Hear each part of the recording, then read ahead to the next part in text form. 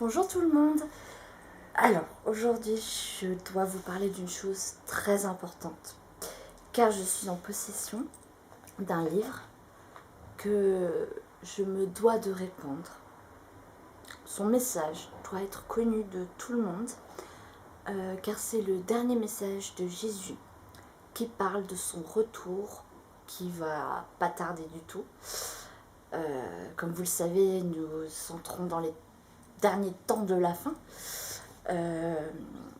Ce livre annonçait mon retour en gloire. Jésus demande à ce qu'il soit partagé le plus possible, mais vous vous doutez bien que c'est un peu compliqué de publier ou d'imprimer tout ça. Bon, bref. Donc, je vais vous lire jour après jour les éléments très importants selon moi de ce que nous dit Jésus. Donc, c'est bien Jésus qui nous parle.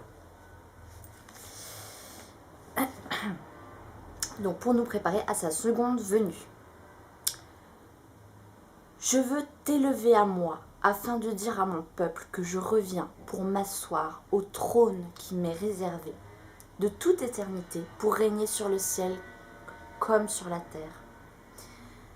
Telle est la volonté de mon Père, et votre unique Père des cieux, pour ce temps qui vient très vite. Attention mes amis. Pour vous préparer à ma seconde venue, je dois vous préciser bien des choses qui ne peuvent plus être cachées. Cependant, elles resteront cachées jusqu'à ce que je voie le monde devenir meilleur. En faisant l'effort que je lui demande de faire en ces temps de désolation, où vous êtes tous des exilés de par votre faute. Car vos oreilles ne peuvent pas encore s'ouvrir à mon appel qui parcourt tous les cœurs. Seuls ceux qui sont restés fidèles ou qui le deviendront par la grâce de Dieu m'entendront et m'obéiront sans retenue. Je vous donne le moyen de me revenir repentant, afin d'obtenir mon pardon et de vous ouvrir mon cœur à jamais. Ce moyen consiste à édifier petit à petit ce monde nouveau qui doit se construire déjà dans tous les esprits grâce à l'Esprit de Dieu, qui vient inonder même les terres sèches, non fertiles, et même les terres vierges qui ne connaissent pas encore l'amour qui vient les féconder. Je désire que vos esprits ne s'égarent plus vers des idéologies modernes et vers des projets d'hommes prêts à modifier pour leurs intérêts ce qui reste encore debout et qui, en les suivant dans leur démarche infernale, va s'écrouler tout à coup comme un château de cartes qu'un souffle puissant va anéantir en un seul instant très court. J'instaurerai mon règne nouveau, mon règne d'amour, mon règne de gloire, à l'image de votre Dieu qui règne en vérité sur les âmes et sur les cœurs. Mes enfants, chacun de vous sera une âme vivante, ayant un corps vivant, dans une chair sanctifiée par la grâce vivifiante de Dieu. Dieu n'accepte pas l'impureté. Attention, rien ne sera impur de ce qui doit vivre avec moi en ce monde renouvelé. Sanctifié et non recopié, car il sera unique comme son Dieu qui créa le ciel et la terre pour faire le paradis. Car Dieu ne peut faire les choses à moitié, et ma terre était aussi belle que les cieux, puisqu'à l'image des cieux, elle était paradis, comme l'homme fut créé à l'image de Dieu. Même si vous approchez de ce temps nouveau, vous n'êtes pas encore arrivés, car les choses annoncées ne sont pas encore produites entièrement. Il y a un temps où le père peut diriger son enfant, puis un temps où il ne le peut plus car l'enfant devient adulte. Mais jamais rien ne peut s'affirmer sans l'appui du père qui est toujours à l'écoute pour pouvoir intervenir au moindre appel de son enfant. Bien souvent, trop souvent, l'enfant, même quand il se trouve en danger, ne ressent pas l'utilité d'appeler son père. Il devient le maître de sa personne et de ce qui l'entoure. Ainsi, depuis près de 2000 ans, j'attends, moi, votre Père, votre appel, votre cri vers moi, afin de vous délivrer de ce qui vous enchaîne dans ce monde que j'ai créé pour qu'il soit votre soutien, votre protection, votre secours en tous vos besoins. Je l'ai créé pour votre vie, mais je ne vous ai pas donné une création meurtrie, mais vivante, et vous avez rendu ma création à l'image de vos corps déformés par le péché. Elle qui a été créée servante de l'homme est devenue esclave du péché de l'homme. De pure, elle est devenue semblable à l'homme impur. De parfaite, elle est devenue imparfaite. Déstabilisée par le poids des péchés des hommes, elle est prête à s'effondrer. Comme l'homme s'effondre petit à petit dans la boue du péché et se noie dans la noirceur de l'obscurité qu'il vient de créer pour ne pas voir son Dieu. Il est devenu à l'image du mal, à l'image de la bête, qui égorge ses propres enfants pour se nourrir, car la bête ne peut vivre que de cadavres sans vie. Celui qui n'a pas Dieu en lui est mort. Les hommes d'aujourd'hui vivent dans l'horreur, comme les bêtes malfaisantes vivent dans la pourriture. Quelle est la différence entre l'homme sans Dieu et cette bête qui ne peut vivre que dans les impuretés ? Il n'y a aucune nuance pour distinguer l'une de l'autre. Chacun a épousé le mal et vit dans le mal.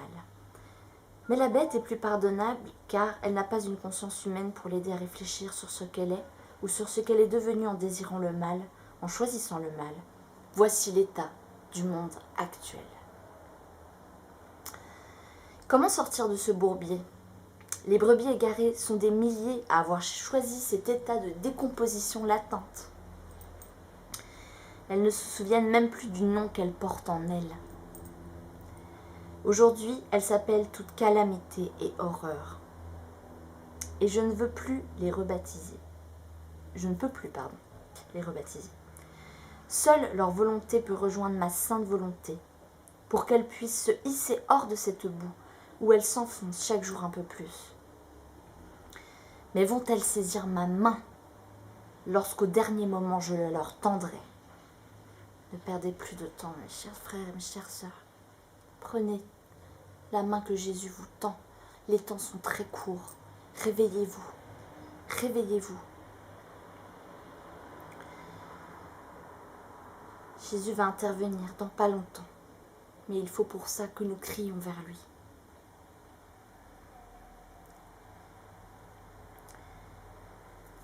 Le repentir mondial se terminera devant la croix de toutes les croix, ma croix glorieuse.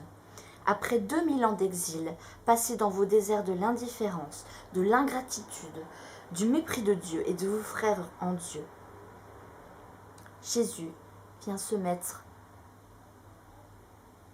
au début de cette procession, de cette marche vers la repentance. Car à cause de ma souffrance d'amour pour vous, elle est la gloire de Dieu. J'ai offert le salut à cette humanité pécheresse. Le Rédempteur a racheté le genre humain du péché. Mais je ne vois aucune trace de repentir chez ces peuples qui se disent chrétiens. Partout la guerre, la violence, la mort. Lazare est toujours enfermé dans son tombeau. Et personne pour lui ne m'appelle. Je suis la résurrection et la vie. Levez-vous, réveillez-vous, venez vers moi, venez à ma divine lumière, venez vivre ma vie d'amour, de pardon, de joie. Oui, mes frères, Jésus est véritablement la paix et la joie. Je viens ressusciter les morts de l'âme, dit-il, avant que celles-ci ne périssent, car mon règne arrive. J'ai besoin de toutes mes âmes vivantes. Vous venez dire tout ensemble que votre règne arrive. Oui, mes frères, mes sœurs, tous ensemble, dans nos cœurs, disons à Jésus, que ton règne arrive, que votre règne arrive, et il viendra. Approchez-vous de moi pour mieux m'entendre, car je parle dans les cœurs qui s'approchent du mien. Les pauvres sont riches lorsqu'ils aiment. Ils savent aimer car ils donnent tout ce qu'ils ont. Et les puissants n'ont rien s'ils ne possèdent pas l'amour. Ce monde cherche à nous faire croire à un système inversé. Sauf que la vérité n'est pas ce que la société veut nous faire croire. Que celui qui pleure par ce manque d'amour se réjouisse aujourd'hui, car je lui parle déjà dans son cœur. Je lui dis que je reviens.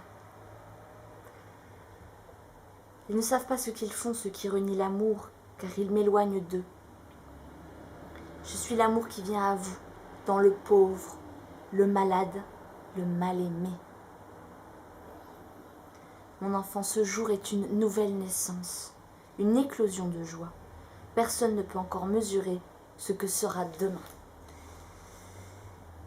Il est le couronnement de toutes vos espérances. Il est le joyau qui n'a pas de prix. Gardez espoir, mes frères. Jésus revient, c'est vrai. Consacrez-vous au cœur douloureux et immaculé de Marie. Je vous en prie, ça c'est très important. Consacrez-vous au cœur douloureux et immaculé de Marie. C'est très important.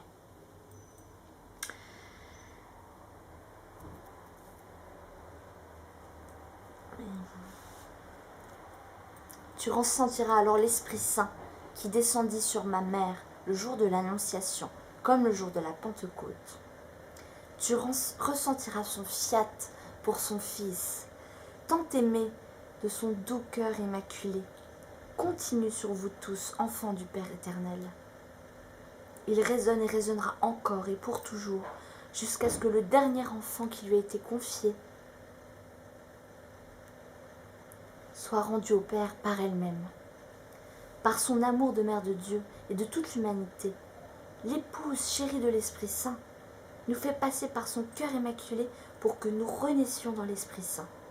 C'est elle, la mère bénie entre toutes les mères, qui donnera à chacun la dimension de fils de Dieu, créé par le Père, enfanté dans son cœur immaculé par l'Esprit créateur de cette nouvelle génération d'appelés. Nous sommes cette nouvelle génération d'appelés, mes frères et mes sœurs, vous vous rendez compte, cette chance inouïe. Nous allons vivre le retour de Jésus-Christ, son deuxième retour sur la terre. Préparons-nous. Il le dit dans la Bible, je reviendrai comme un voleur. Vous ne savez ni le jour ni l'heure. Alors préparons-nous dès maintenant, car le temps est très court, très très court. Et nous sommes là, donc cette nouvelle génération d'appelés. Nous serons l'image de son Fils unique. Mère, voici tes fils. Fils, voici votre mère, l'Immaculée Conception, Mère de Dieu et Mère des hommes. Voilà, je continuerai cette lecture. J'espère faire de nombreuses autres vidéos. Peut-être aussi que je vous parlerai un petit peu de la prière pour dire ce qui pour moi est important, parce que c'est très très essentiel la prière, mais concrètement des fois c'est pas évident. Voilà. Donc préparez-vous mes frères, mes sœurs, car la souffrance ne sera plus longue. Tenez-vous prêts, convertissez-vous, car nous sommes la dernière génération d'appelés. Jésus revient.